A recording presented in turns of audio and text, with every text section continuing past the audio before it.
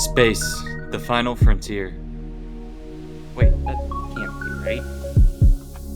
Oh, I have the wrong script, duh. Video games are typically made with the player in mind. Well, sometimes. When companies don't have dollar signs in their eyes, they are some of the best ways to experience what you couldn't in reality. Whether it be your favorite first-person shooter having an unrealistic amount of ammunition, or your favorite character jumping from a high cliff into some water or a stack of hay.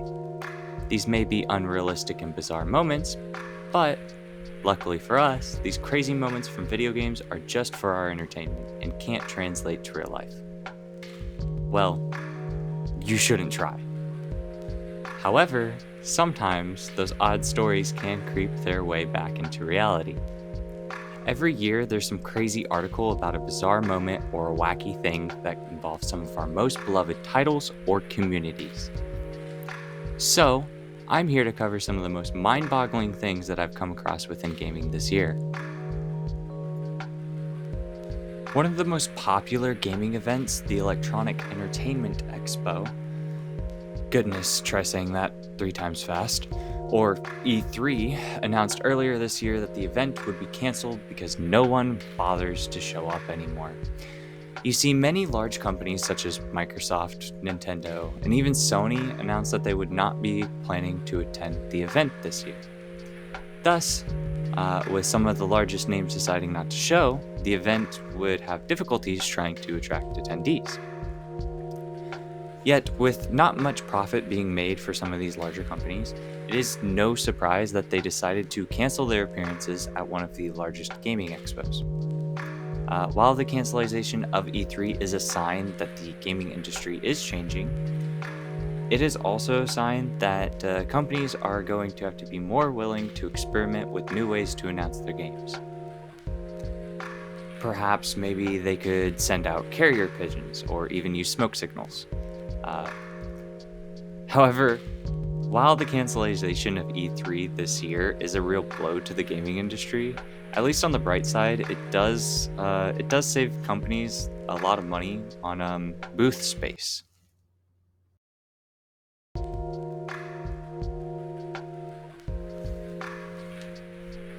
One of my more favorite games recently has been Baldur's Gate 3.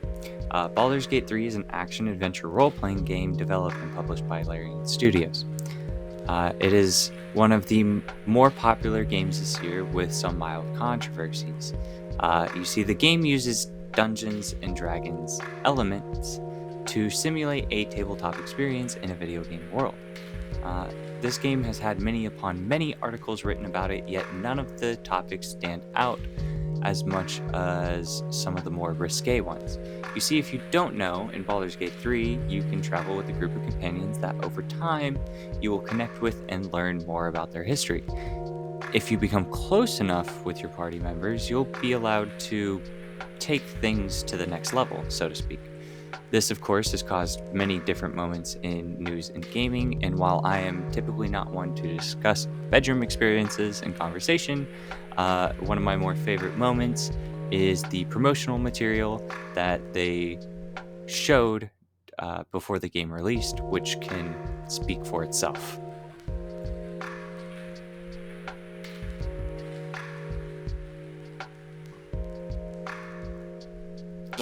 Unity Technologies earlier this year announced a new pricing model that would charge developers a fee for every game they released.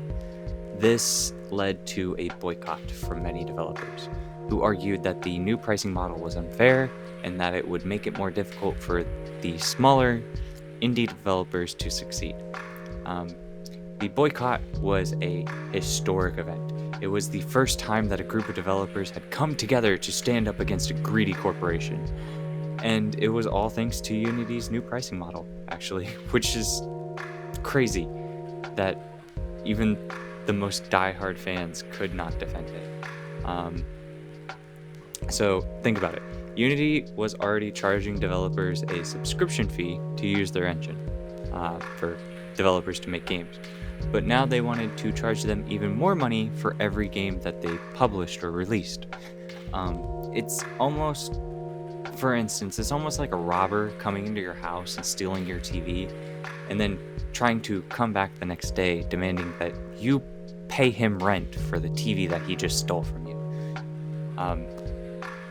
Unity did try to defend their new pricing model by saying that it would only affect about 10% of their users. However, people were quick to point out that 10% of their users would be about 23,000 developers. It seems to me at this point that Unity is just trying to line the executives' pockets, the bigwigs. But the developers weren't having it. They banded together, they started a boycott, and it seemingly has worked. Unity was forced to back down, and yeah, of course, it's not like Unity is going to stop being greedy just because of this one little boycott. They will probably, more than likely, find ways to squeeze every last penny out of these developers. However, at least the developers know now that they have the power to fight back. So, to all those Unity developers out there, keep up the good work. Don't let Unity take advantage of you, and if they do, just remember that you do have a voice and that you do have the power to boycott them. So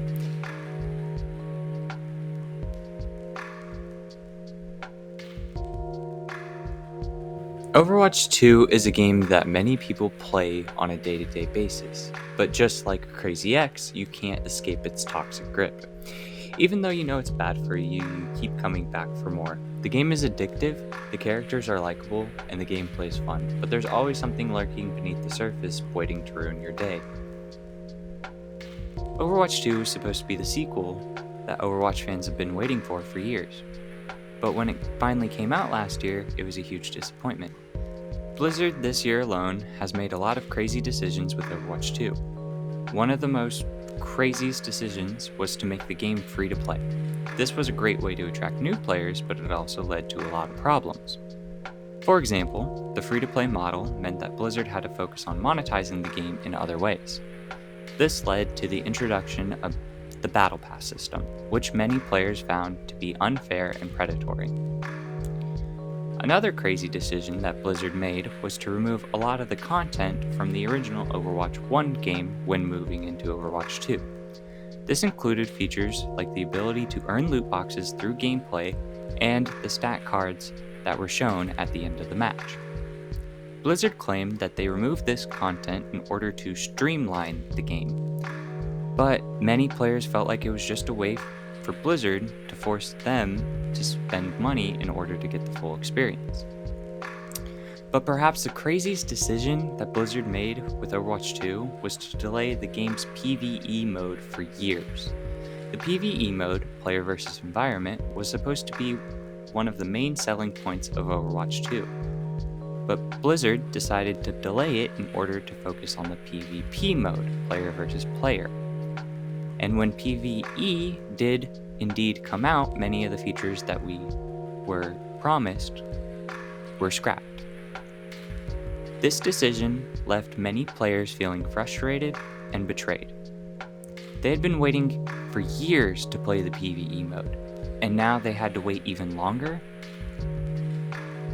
Blizzard's decisions with Overwatch 2 have been nothing short of a complete disaster. The game has been plagued by problems since its launch, and many players have abandoned it altogether. But Blizzard doesn't seem to care. They're more interested in making money than in making a good game, and it shows. I am starting to think that Blizzard is actually trying to destroy Overwatch. I mean, why else would they be making such stupid decisions? Maybe they're trying to punish the Overwatch community for being so critical of them in the past couple years. Or perhaps they're just trying to cash out on the Overwatch franchise before it completely dies. Whatever the reason may be, it's clear that Blizzard does not care about Overwatch anymore, and that's a shame. Overwatch was once a great game, but it's been ruined by Blizzard's greed and incompetence. I do hope that one day Overwatch can be bought out by a company that actually cares about the game. However, with the amount of Blizzard's greed, I don't see that happening. But I also would like to be proven wrong. We'll just have to wait and see.